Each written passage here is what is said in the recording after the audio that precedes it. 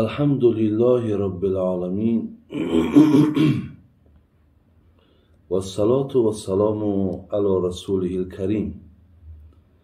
الله مهربان خاتمه کار همه ما بندگانش را به خیر و اخلاص و یقین هامان با بدین خدا زیاد گردانه و الله مهربان فهمیش و درک و دانش و خرد این مردم ما را الله مهربان بلند برداره.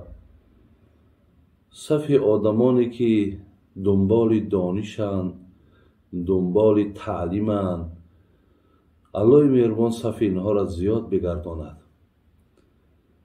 میارن که گفت افلاطون دانا وقتی مردن حیف دانا زیستن و صد حیف نادان مردن، یا حیف دانا مردن و صد حیف نادان زیستن. البته در هر یک جامعه که آدم دانشمند، آدم با علم، آدم با فهم اگر زیاد باشد، خدا خواهد در اونجا کار دیگر است، فهمش دیگر است، برکت در اونجا انشاءالله وجود دارد. به این خاطر همیشه دعاگو هستیم که خداوند صف آدمانی دانشمند و آدمانی که به قدر علم میرسن را در جامعه ما زیاد گرداند. شاعرای ما و شما میفرمودند به دانایان دمی ارزد جهانی، نه ارزد صد سری نادان بنانی. به آدمی دانا یک لحظه نشستن، یک لحظه با دانا در یک جا بودن ارزش دنیا را دارد. لیکن صدها آدمی بی سواد و آدمی از دانش و از فهمش دور، صد کله اونها را میگد ارزش یک نانی که ممکن یک سامان باشد ارزش همو را ندارد. از جناب سنایی من برای شما مصرع‌های را میخوانم، گوش اندازین و انشاءالله از آن چیزی که این عزیزان خدا گفتن ما و شما عبرت گیریم. ای مسلمانان ندانم تا چه دوران آمده است، این چه بیدادی و بدبختی به خلقان آمده است. این چه بیدادی است در عالم که مستولی شده است، از برای جبر و ظلم و باری عصیان آمده است. عورتان بی شرم گشته، کودکان بس بی ادب، لاف و کیذب و بی نمازی کاری ایشان آمده است. علم را قیمت نمانده، عالمان را حرمت، وقتی تنبور و رباب و نای و انبان آمده. عالمی از در آید با هزاران علم و فن، طعنه ها سازند که مفلیس از پی نان آمده است. ظالمی از در آید با هزاران جبر و ظلم، خانه آرایند که ایشان از پیش سلطان آمده است.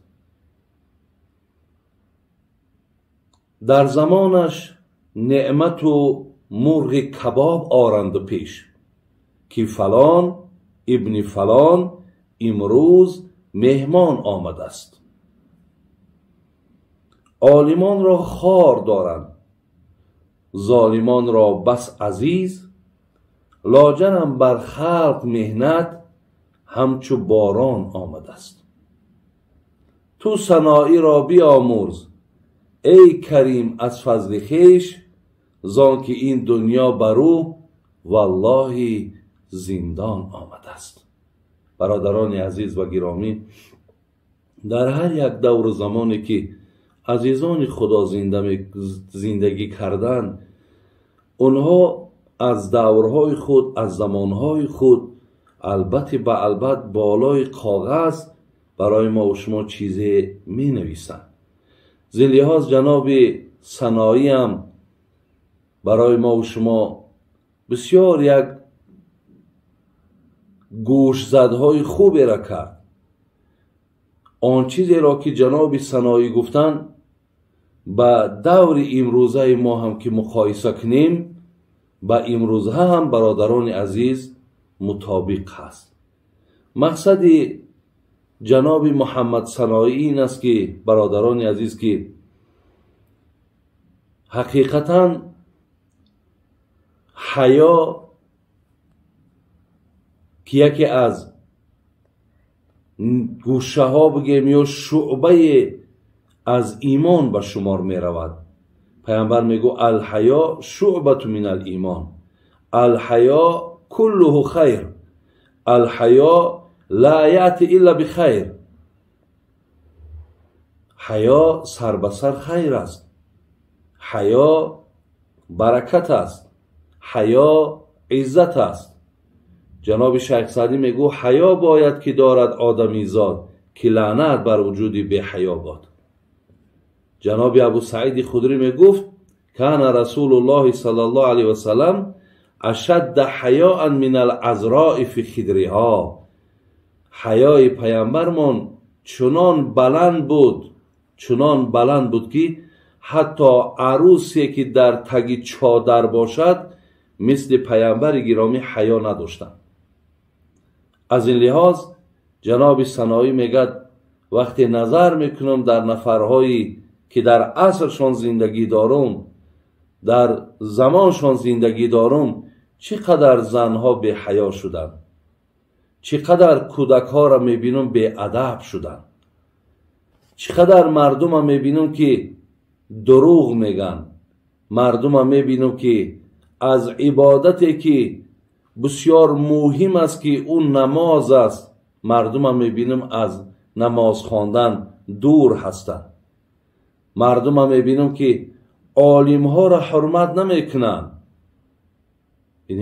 یعنی شکایتی که جناب سنایی داره شما خداتان برادرها در پیش خودتان گذارین که آیا در همین زمان ما هم اگر خواهرای ما هم به حیا باشند، اگر کودکان ما به ادب باشند، در زبان مردم ما دروغ باشد، تهمت باشد، حقارت باشد، در کار و بار و فعالیت مردم ما حرمت عالم دانشمند نباشد، آیا در همین روزها هم که در بین این جامعه ما هم دانشمندا هستند آیا خاموش میستند؟ اینها هم مجبور میشن که مثل سنایی این اعراض، این کمبود برای گوش مردم رسانند، با امید تحقیر نه، با امید ملامت نه، با امید مثال با مقصد مذمت نه، بلکه برای اصلاح اونها این سخنها را میارن. حتی بین میگد عالم از در آید با هزاران علم و فن، تنها سازند که مفلیس از پی نان آمده است. ظالم از در آید با هزاران جبر و ظلم، خانه آرایند که او از پیش سلطان آمده است. برادران عزیز، عیناً حقیقتا بین عالم و بین ظالم خیلی فرقی است. بین لیکن یک عالمی که اگر وارد یک منزل شود که هیچ عالمای ما به دعوت جای نمی روند، وقتی عالم ابو بینن میگن حتما برای گرسنه مانده است، برای شکمش سیر کردن آمدگی ای بین، یا برای مقصد یگان خواهش داره، یگان طلب دارد، یگان طمع دارد، گفته هر گمانهای بده در راست عالم ها میکنن. امروز این چیزها ببینیم برادران و خواهران عزیز خیلی زیاده، خیلی زیاد است که علما را حتی یک آدمای در جامعه زیادتی، حتی یک آدمای گویا مفتخور، گویا یک آدمای بسیار بیکاره و لندهور، لیکن در اصل همه اینا تهمت هم برادران عزیز، همه اینا تهمت هم. ولی یک نفری که بگیم سر به سر همه کارش ظلمه، همه کارش بیدادگریه، این کس بالانشینه، این کس حرمت داره، این کس عزت داره. خدای مهربان حال آنکه در قرآنم هل یستوی الذین یعلمون والذین لا یعلمون میگه، آیا نفری که نمیداند نفری میداند اینا برابرن؟ نه، برابر نیست. انما یرید الله به خیرا یفقهه فی الدین. پیامبر گفت خداوند برای کسی اگر خیر بخواه او را عالیمش میکنه، دانشمندش میکنه. این خیر الله در حق او است. من همینجا یک قصه میگم، انشاءالله دیگر باقی از معناهای شعر خداتان هر معنایی را که برداشت میکنین انشاءالله خدا خواهد به همون دانش شما، به فهمیش شما حواله است. میگه یک ظالم پیش یک عالم آمد، گفت شما میگین که ظالم در لعنت خدا های، ظالم در غضب خدا های، ظالم الله لعنت گفته های. این من ظالمم گفت، لیکن هیچ چیزی از من کم نمی شود. صاحب خانه و در خیلی زیبایم، صاحب زن و فرزندم، صاحب دستگاه و دکانم، صاحب مال و ملکم، صاحب ماشین های گرانبهایم. عالم میگه نگاه کرد بر این ظالم، گفت آیا در عبادتی که انجام میتی، با بعضی ظالم ها برادرها عبادت هم دارن آخه، چگونه که امروز دروغ میگه لیکن نماز میخونه، امروز دزده لیکن نماز میخونه، هر روز کارش حرامه، حرامی کردن لیکن نمازش میخونه. نمیداند که این عبادت در برابر این کارهای او هیچ معنای ندارد. این ظالمه بعدن عالم گفت که وقتی تو نماز میخوانی در همون نمازت حلاوت میبری، کیفیت داره، یگان لذت میبری؟ گفت نه نمیبرم. گفت روزها یگان ساعت داری که در همون ساعت الله را یاد کنی، الله را ذکر کنی؟ گفت نه ندارم. گفت نماز شب داری؟ گفت نه ندارم. گفت الله مهربان از الحال من 3 نعمت شنام گرفتم، از این 3 نعمتش وقتی محرومت کرده آیا دیگر برای تو دیگر چی کند؟ ببین، یعنی 3 نعمتی را که بسیار برای تو مهمن اگر دانی الله از تو گرفته دیگر چیکارت کند؟ یعنی مقصد دیگر از ایده خدا زدگی گفت می شود.